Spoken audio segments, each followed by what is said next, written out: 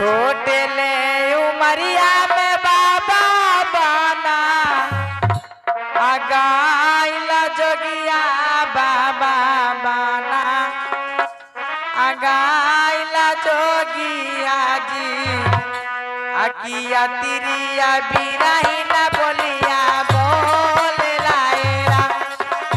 नारायण नारायण।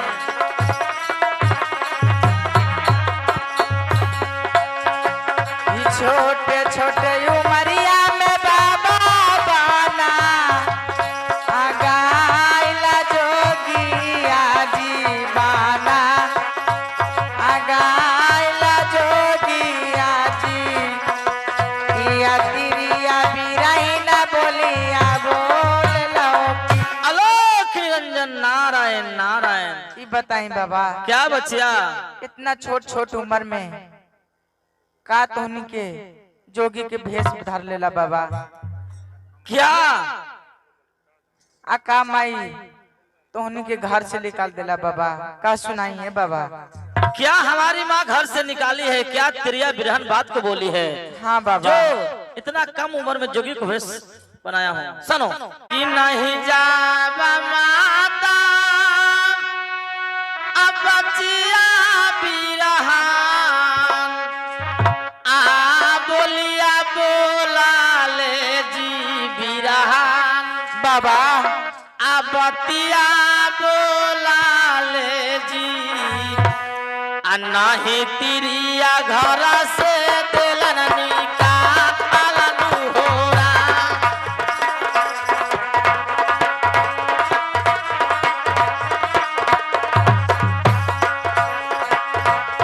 ये नहीं जावा माता हमारो बिरहन बतिया बोला ले जी बिरहना बतिया बोला ले जी नहीं तिरिया घर से दिलन निकालन होरा। नहीं माँ हमारे बिरहन बात बोली और नहीं तिरिया घर से निकाली है। ये जोगी को संगत पड़ गया इसीलिए जोगी रवा रहा हूँ। लेकिन तुम भिक्षा दो। लेकिन मैं तुमसे कुछ कहने के लिए चाहता हूँ। ठीक बा ए बाबा ले भिक्षा। नहीं नहीं ठहरो ठहरो रुको। का बाबा? मैं तुमसे कुछ कहने के लिए चाह रहा हूँ। का है बाबा? कौना जावा रहला अब बचियाए हूँ अले महालिया के हूँ अले महालिया के जेकर हलिया बचिया रे दे दबाताइया होरा।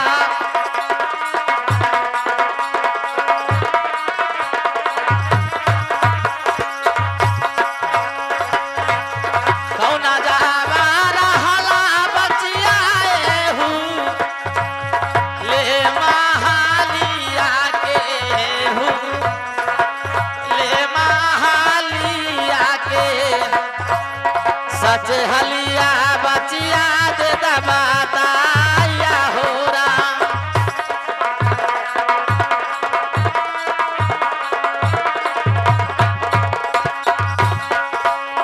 ए सही साही हलिया बचिया दे दा ले सुनाइए जी दे दा सुनाइए जी सच हलिया बचिया दे दबाताइया होरा।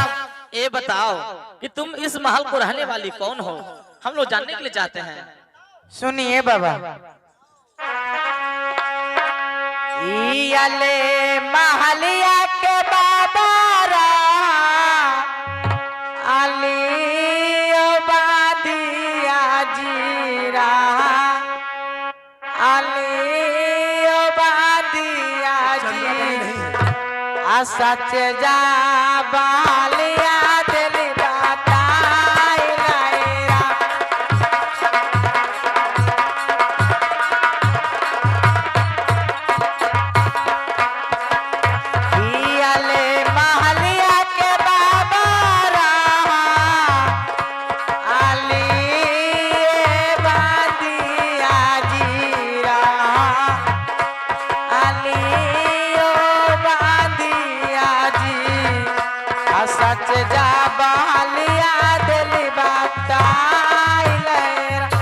बाबा। क्या तुम इस महल को रहने वाली बांदी लौड़ी हो दासी हाँ हो? बाबा। गुरु भाई, ये महल को रहने वाली लौड़ी दासी है, यानी कि जुट्ठा कुट्ठा मानने वाली। तोरो हाथ भी छड़ा अब बचिया का बाबा? अनाहिले बई बचिया अनाहिले बोजी आ तोरो हतवारा हई बचिया ना बाबा। होरा।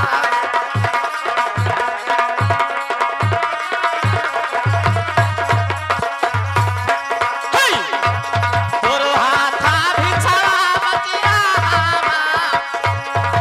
नाहिले बई बचिया नाहिले बोजी तोरो हथवा बचिया रहै ना पाखनु होरा। तुम्हारे हाथ से बिच्छा नहीं लूंगा, क्योंकि तुम जुट्ठा कुट्ठा मानने वाली हो, लौड़ी दासी हो। तुम्हारे हाथ जो नापाक है, इसीलिए मैं तुम्हारे हाथ से भिक्षा नहीं लूंगा। जाओ रानी को भेज दो, रानी को हाथ से भिक्षा हम लोग ले लेंगे, दूसरे द्वार को चले जाएंगे। जाओ। सुनिए बाबा। क्या कुछ कहने के लिए चाहती हो? हाँ बाबा। कहो कहो। ताके तना जोगी आइलन ले बाबा के ता अनाल गाइलन जी के ता आलोक निरंजन अनाल गाइलन जी आ केहू नाही ऐसन बतिया बोल लाएरा।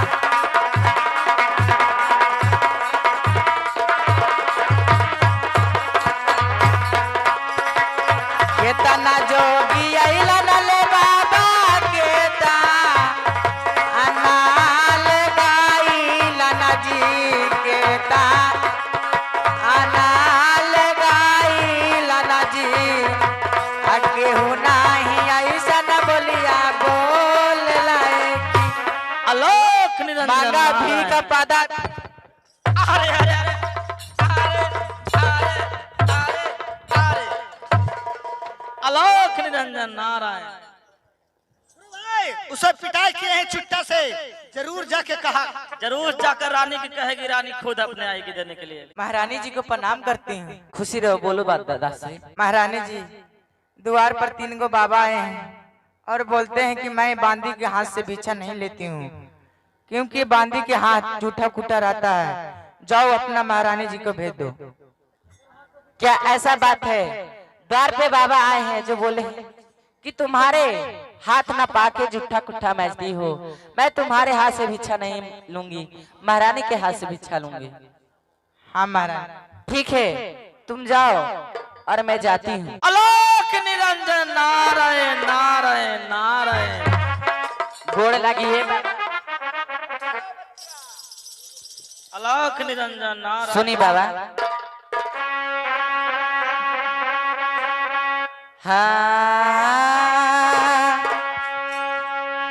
कहा तोरा घर आए बाबा पर ओ मकाना माजी पारा ओ मकाना माजी आ गुरु जी के नाम बाद बाबा यकीन।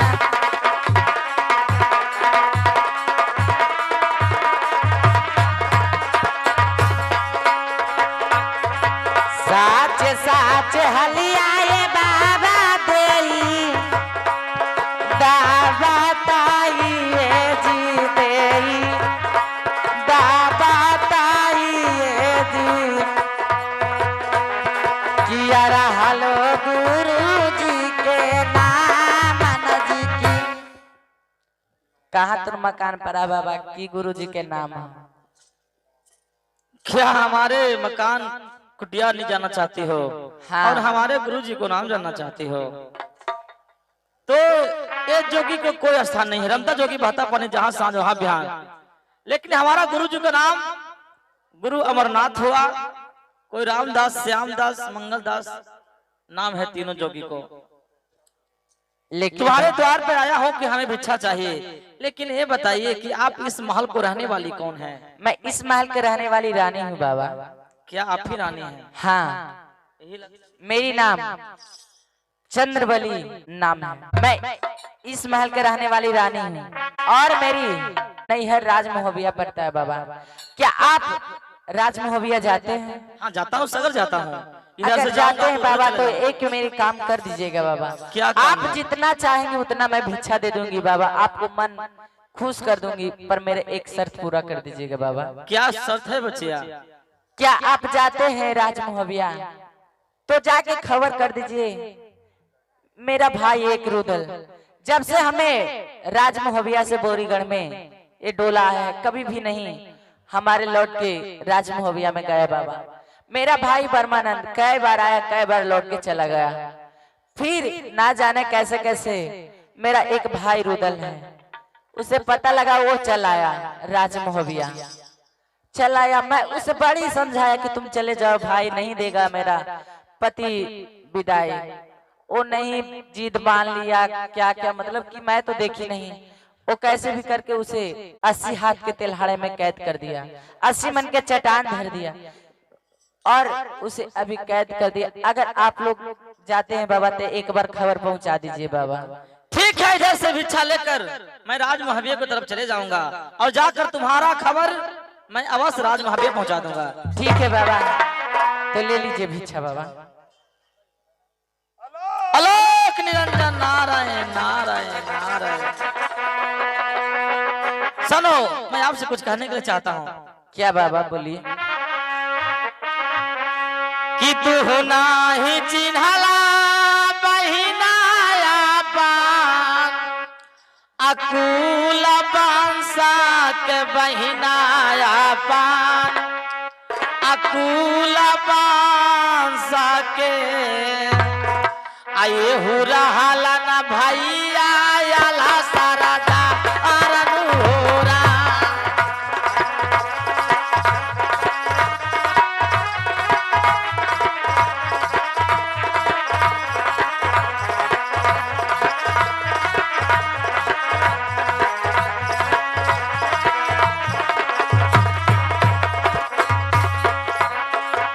एहू जावा जोगिया रहला न ताला, सैया तापन ताला, सैया दाजी हमारा हाली देवा बाबुआ ननुरा।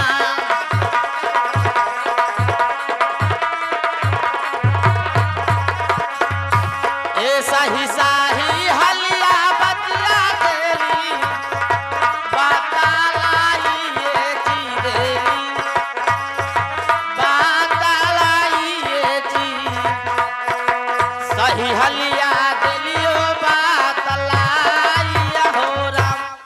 ए वीर जो भैया ला सरदार हुए, ए चाचा ला सैया जी, मैं राजपुरी को देवा सरदार देवा भगवान हुआ। तुम्हारा खबर राजमहाविया पहुंच गया।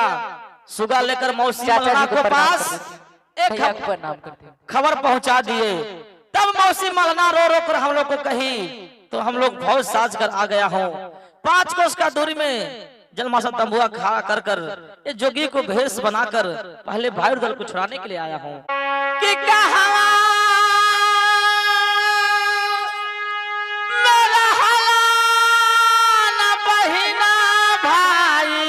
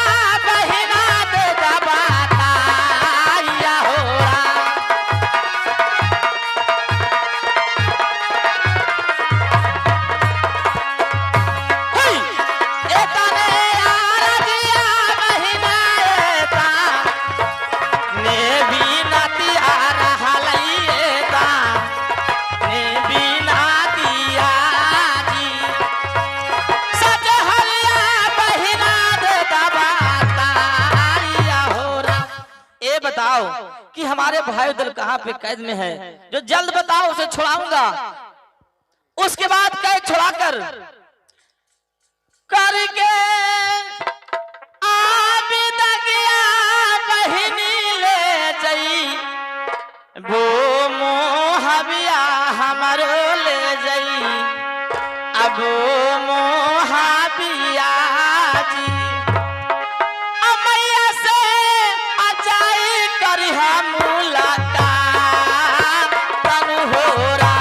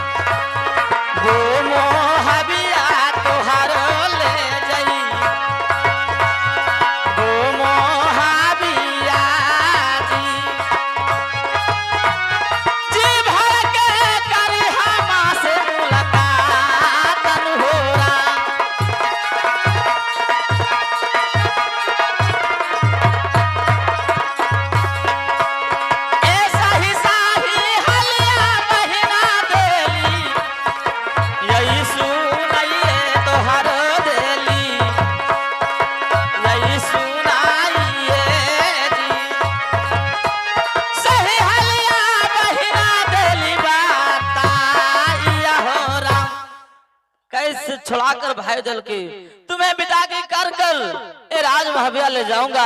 मौसी मलना से जी भर के बातें करना। पहले हमें बताओ कि भाई दल कहाँ है। जो ठीक है चलिए मैं बता देती हूँ। जल्दी करो। हलो निरंजन नारायण नारायण।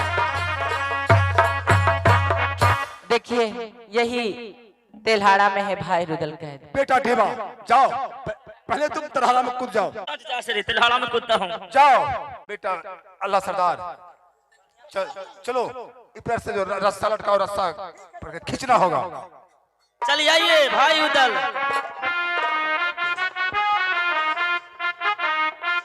हेलो, तुम लोग का मन नहीं भरा है? अरे हम लोग दुश्मन नहीं है, राज महाबे वाले चचा सैया जी भैया अल्लाह सरदार, मैं तुम्हारा जोड़ी देवा हूँ।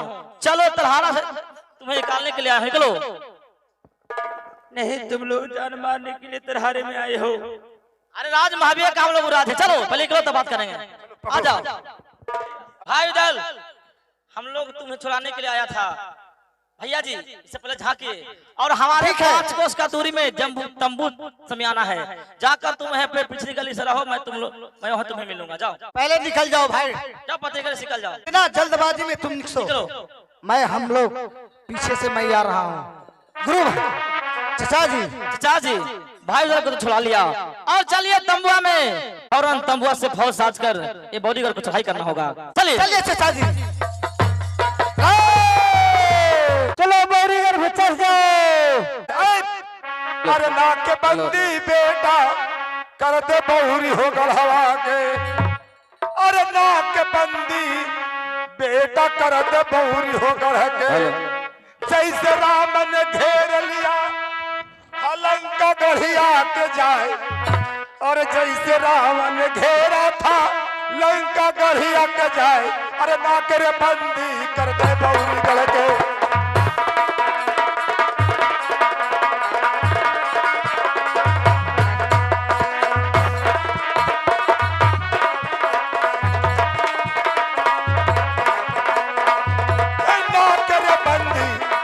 बहुरी गढ़ के बेटा हो सुनले लड़ाई तवजुआ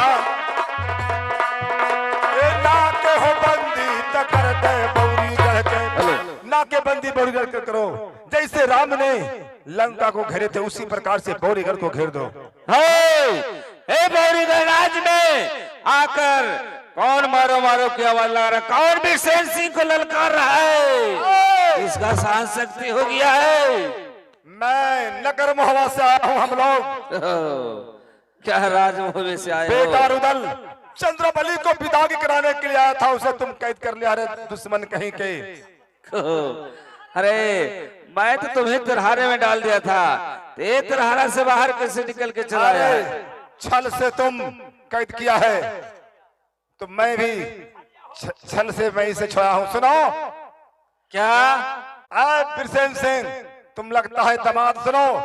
और लाख दुआई दुश्मन है नारायण का, और लाख दुआई है नारायण का, और कसम महादेव के खाओ, और कसम हम महादेव के खाओ, लाख दुआई है नारायण।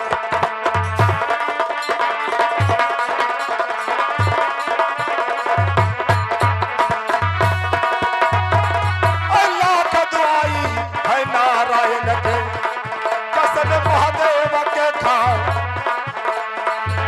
अरे किला रे भसा दे बौरी हो गढ़वा के। मैं लाख दुआई नारायण का, लाख दुआई है नारायण का, कसम महादेव के खाओ, मैं किला बौरी कर भसा कर तुम्हें मैं रख दूंगा। क्या गला फाड़ रहे हो? तुम्हें पता है किससे बात कर रहे हो? राजा बिरसेन सिंह से। बेटे, यही बिरसेन सिंह है, चल जाता है, ठीक है। अरे नहीं कोई जन्मा है दुश्मन, जग में बाना हुसुर ने, अरे नहीं कोई लिया है जगवा में, अरे परशुराम हो अवतार, नहीं कोई जन्म है दुश्मन।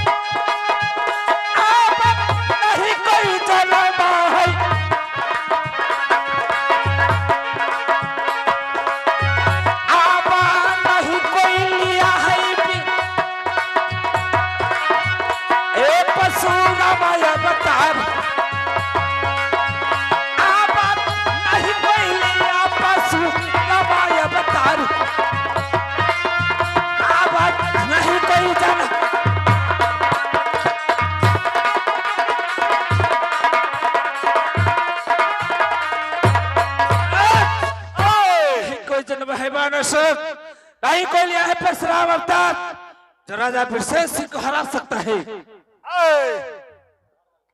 बदमाश कहीं के चंडाल, सुनो।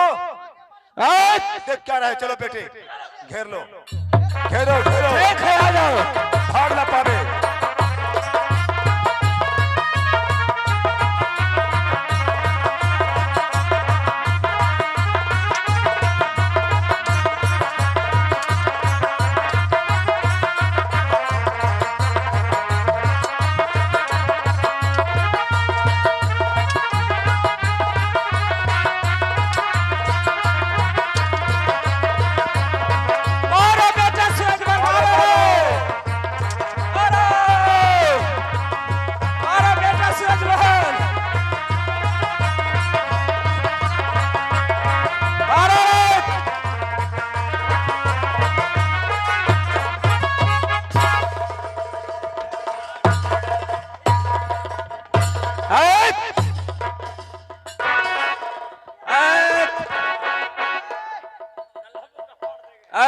बेटा देवा, बेटा देवा, जाओ रंग महल में घुसो और चंद्रवली को बुला कर लाओ।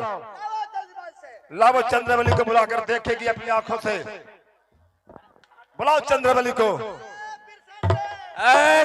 अभी सरेंडर कर देंगे।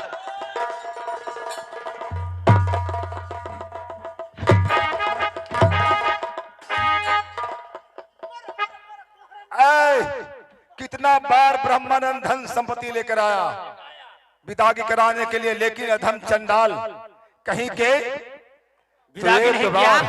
अरे हरामी तू बाप की तरह तू भी हरामी हो गया रे, हरामी हो गया रे। अरे जिसका बेटी का विवाह हो जाए कभी लौटकर नैहर ना जाए, उसका माँ या बाप का कैसा दिल में लगेगा।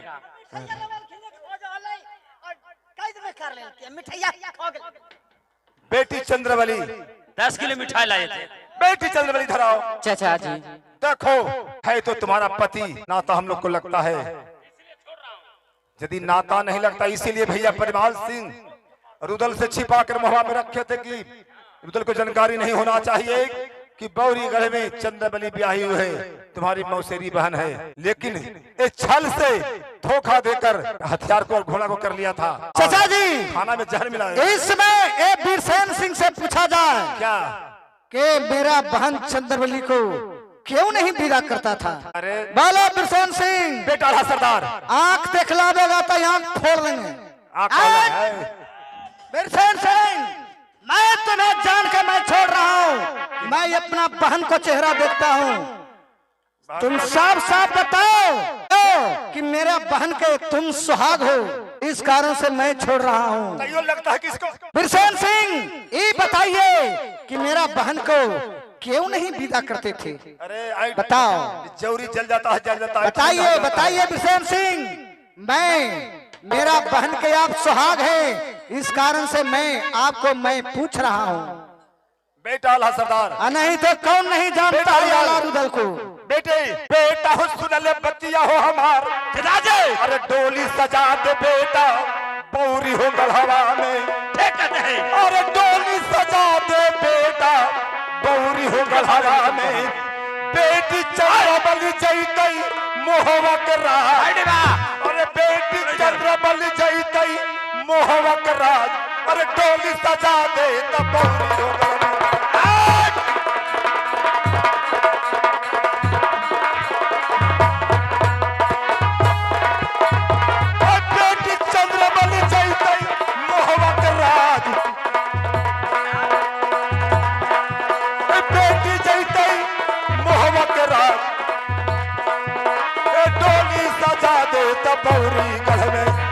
चलो इससे पूछना क्या है? डोली सजाओ, चंद्रबली जाएगी। हमारे बहाने चंद्रबली को विदा की दोगे या नहीं?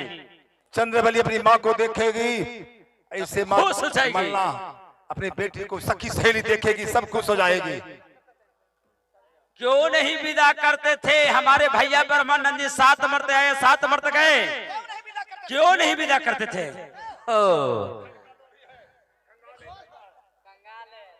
अरे पहले ब्रह्मानंद बार बार आते थे, हाँ, लेकिन हम अपना आन बान शान में रहते थे।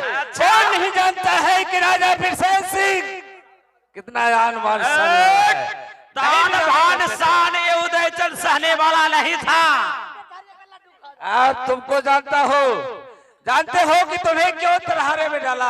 क्यों छल से कैद किया? क्यों? ये बात जानना चाहते हैं? हाँ, मैं जानने के लिए चाहता हूँ। अरे हमारे वंशसुर राजूरियल वाले हमारे पास आए। हमारे मामा माही जी ने हाँ। तुम्हारे पास आए? हाँ। किस कारण के लिए? आकर बोले कि राजा परिमाल अल्लाह रुदल में झगड़ा काफी बढ़ गया है। अच्छा, और राजा परिमाल को गिराने के लिए तुम्हारा बौरीगढ़ राज में आएगा रुदल, और अपने बहन चंद्रबली को विदा करा कर ले जाएगा, ले जाकर कोठे खाने में बिठा देगा। तुम्हारा इज्जत को क्या हमारे मेरा बहन की यानी मुसेरा बहन की मैं विदा करा कर ले जाकर कोठे पर बिठाता? इतना घटिया बात बोला है? हाँ, इसीलिए मैं विदागी नहीं किया। और तुम्हें अगर इस वक्त कर मामा महिला अगर जज होता तो उसे सिर काट कर आखिरी गंगा में बहा देता। ऐसा बात बोल के क्या है तो कोई खैर नहीं। ठीक है, दीदी से बात है तो चलिए अभी अभी यही हमारे दीदी चंद्रबली की विदा की दो। ठीक है, मैं विदाई करता हूँ, ले जाइए। आप सहन शक्ति कहा गया? अरे सूरजमल सुनो इधर, तुम इधर आओ, माँ के साथ में तुम भी चलो घरे, चलो। अरे राज महाविया के कैसा है अजगर किला, चल के देखो। अभी तू नहीं गया है और नहीं देखा है, राज महाविया पर अस्पताल है, तो हाथ छुएते सोना हो जाए, किसी प्रकार की कमी नहीं है। चलो, नर्तकी है रे मेरे पास रे, लाखा पातो, चलो। बांस के जगह पर बांसे ना फूटेगा, नरकट कहाँ से फूटेगा? सुनिए चाचा जी, हम नहीं जाएंगे, भाई रुदल साथ रहेंगे। देखो ये इतना टेढ़ है कि टेढ़ के चलते इसको बाल उल सब एकदम लाल हो गया है। जैसे ये लाल है ना, वैसे ही लाल अपना राण इतने है कि चलो दीदी चंद्रबली बैठो, चलो चलो चलो।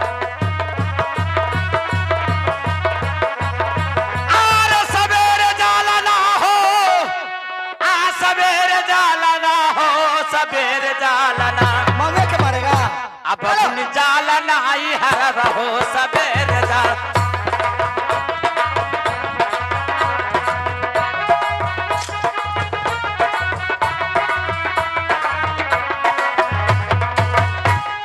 सवेरे जाला ना हो सवेरे जाला ना हो सवेरे जाला ना सवेरे जाला ना हो सवेरे जाला ना हो सवेरे जाला ना अब बबुनी जाला नाई हरवा हो सवेरे जाला बबुनी जाला नाई हरवा हो सवेरे जाला बबुनी जाला नाई हरवा हो सवेरे जाला बबुनी जाला नाई हरवा हो सवेरे जाला बबुनी जाला नाई हरवा हो सवेरे जाला अब भैया कहरवा हो धीरे धीरे ले चाला डोली या हो हमारे भैया भैया कहरवा हो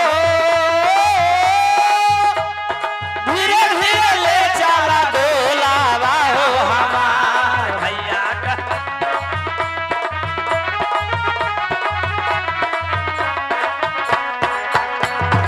अगला कहरवा तू ही मोर भैया धीरे धीरे ले चाला डोलिया हो हमार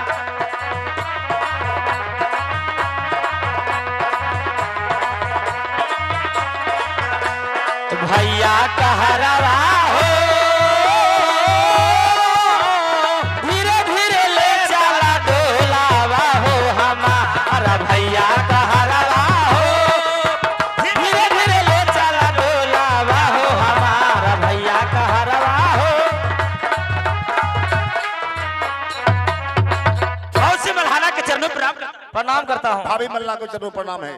खुश रहो देवर जी। मौसी याद करो उस दिन का तेने याद हुई इसी रात का रोने आने रंग महल में रो रही थी उसी समय मैंने तुम्हारे भेद पता लगाने के लिए मैंने गया था हमसे झूठ बोली थी कि खुशी का आंसू है मैंने सोचा तूने कसम दिलाया मैंने कि झूठ बोली कि कोड़ी कुछ हो जाएगी नरक में भी तुम्हें बास नहीं होगा उसी समय तेने भेद बताई कि हमारी एक बेटी चंद्रबली ब्याही हुई बोरीगढ़ में है 7 मरते गया 7 मरते आया ब्रह्मानंद ने विदा नहीं किया आज उसी समय वादा करके मैंने गया था कि एक दिन मैं दीदी चंद्रबली की विदाई करके राजमहल में लेकर आऊंगा अपने जी भर के अपने नजर से देखना आज मैंने दीदी चंद्रबली की विदा कराकर राजमहल में लेकर आ गया हूँ अपने जी भर का जितना शौक से देख सकते हो और जितना दिल रखना है रख लो जब हमारे दीदी चंद्रबली के जाने का शौक होगा उसी दिन डोला सजाकर और बौरीगढ़ के राज की विदा कर देना।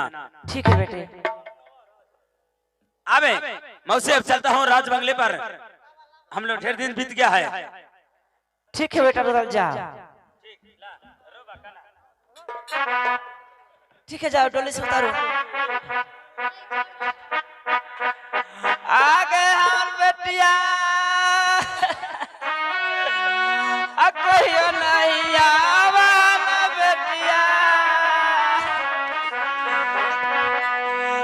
तुम्हारा चखिया देखा घर में सब आवल है बेटी देखा तोरे चलते पुलिस सखी सब देखे ला आवल है। ठीक है माँ चला अब हम थक गए नहीं हमरा के चला तनी रूम में लेके चल चला बेटी चला घर में चला बड़े दिन पर आइला तो चला बढ़िया बढ़िया खिलावा चला बढ़िया बढ़िया चिकन खिला यार चिकन जय जय रघुपति राघव राजौरा पति पावन सीताराम जय रघुपति राघव राजा राम कपित पावन सीताराम सीताराम जय सीताराम मणिपते मणि सीताराम सीताराम जय सीताराम।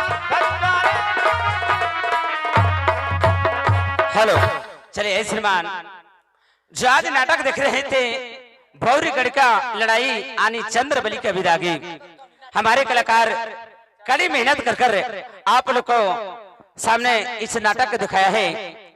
आज इस नाटक को घर बैठकर देखने के लिए चाहते हैं तो हमारे एक चैलेंज चलता है मुन्ना मिजू के यानी यूट्यूब चैलेंज चलता है उस आज या कड़ी मेहनत करके हमारे कलाकार सभी लोग को दिखाए हैं। अगर कल से या आज से आप लोग देखना चाहते हैं इस प्रोग्राम को तो लाइक करें या सब्सक्राइब करें। आप लोग के घर बैठे आने देखने को मिलेगा।